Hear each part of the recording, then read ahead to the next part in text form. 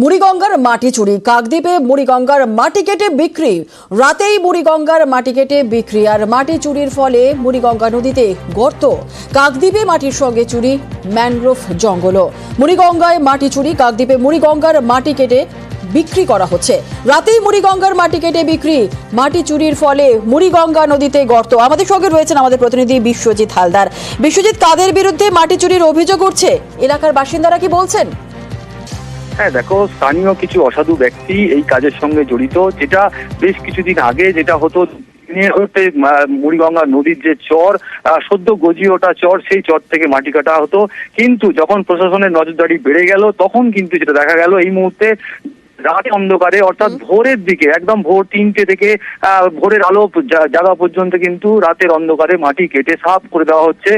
স্থানীয় কিছু যারা বাসিন্দা রয়েছে ওখানে, তারা কিন্তু অভিযোগ তুলেছেন, যেটা এইভাবে যদি কাটতে থাকে তাহলে কিন্তু যখনই পূর্ণিমা বা অমাবস্যার বড় কোটাল আসবে, তখন কিন্তু জল হুড়মুড়িয়ে পুরো স্বামী বিবেকানন্দ গ্রাম পঞ্চায়েতের যে বুদ্ধপুর এলাকা, পুরো এলাকা কিন্তু প্লাবিত হতে পারে এবং যে বাঁধ আছে সেই বাঁধ কিন্তু ক্ষতিগ্রস্ত হতে পারে। যদিও পঞ্চায়েতের তরফ থেকে কিন্তু কড়া ব্যবস্থা নেওয়ার আশ্বাস দেওয়া হলেও, কিন্তু যেটা স্থানীয় বাসিন্দাদের যেটা অভিযোগ, রাতের অন্ধকারে কিন্তু প্রায় মাটি কাটার কাজ চালানো হচ্ছে এবং সেই মাটি চড়া দামে কিন্তু বিভিন্ন এলাকায় কিন্তু বিক্রি করা হচ্ছে বলে এমনটাই কিন্তু অভিযোগ উঠে আসছে। ধন্যবাদ। বেআইনিভাবে মাটি কাটা, বেআইনিভাবে ম্যানগ্রোভ কাটা, বেআইনিভাবে হচ্ছে আপনার নদীর বাউন্ডারি থেকে মাটি তুলে নেওয়া, এগুলো তো মানে আকচার আমাদের এই সুন্দরবন এলাকায় হচ্ছেই। যে অদূর ভবিষ্যতে এইভাবে যদি নদীর পাশ থেকে, যদি নদীতট থেকে এইভাবে মাটি গভীর করে কেটে নেয়, তাহলে কিন্তু আর হয়তো দেখা যাবে কদিন পরেই আমাদের সুন্দরবন কিন্তু জলের তলায় তলিয়ে যাবে। একে সেই সংকেত এমনি বিশ্ব থেকে আমরা পাচ্ছি।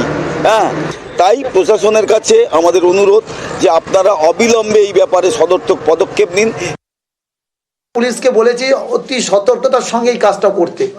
আমার প্রশাসনের সঙ্গে কথা হয়েছে, আমি এরই মধ্যে এইটা নিয়ে আমি ওখানকার যারা মেম্বার আছে তাদেরকে আমি বলেছি যে কোনো মতে যেন এই ঘটনা না ঘটে। আমার কাছে যেটা রিপোর্ট আসছে যে ওরা নাকি 4টা, 4:30টার সময় রাত্রে গিয়ে মাটিটা কাটে, তখন রাতের অন্ধকারে অনেকে ঘুমিয়ে থাকে, কেউ যায় না।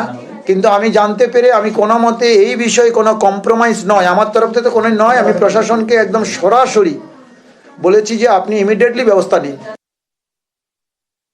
তাহলে আমি ভিডিও কাকদ্বীপ সাহেবকে বলবো এটাকে দেখতে একবার। আমার জানা নেই, আমি ওনাকে বলবো, দেখে আমাকে বলবেন।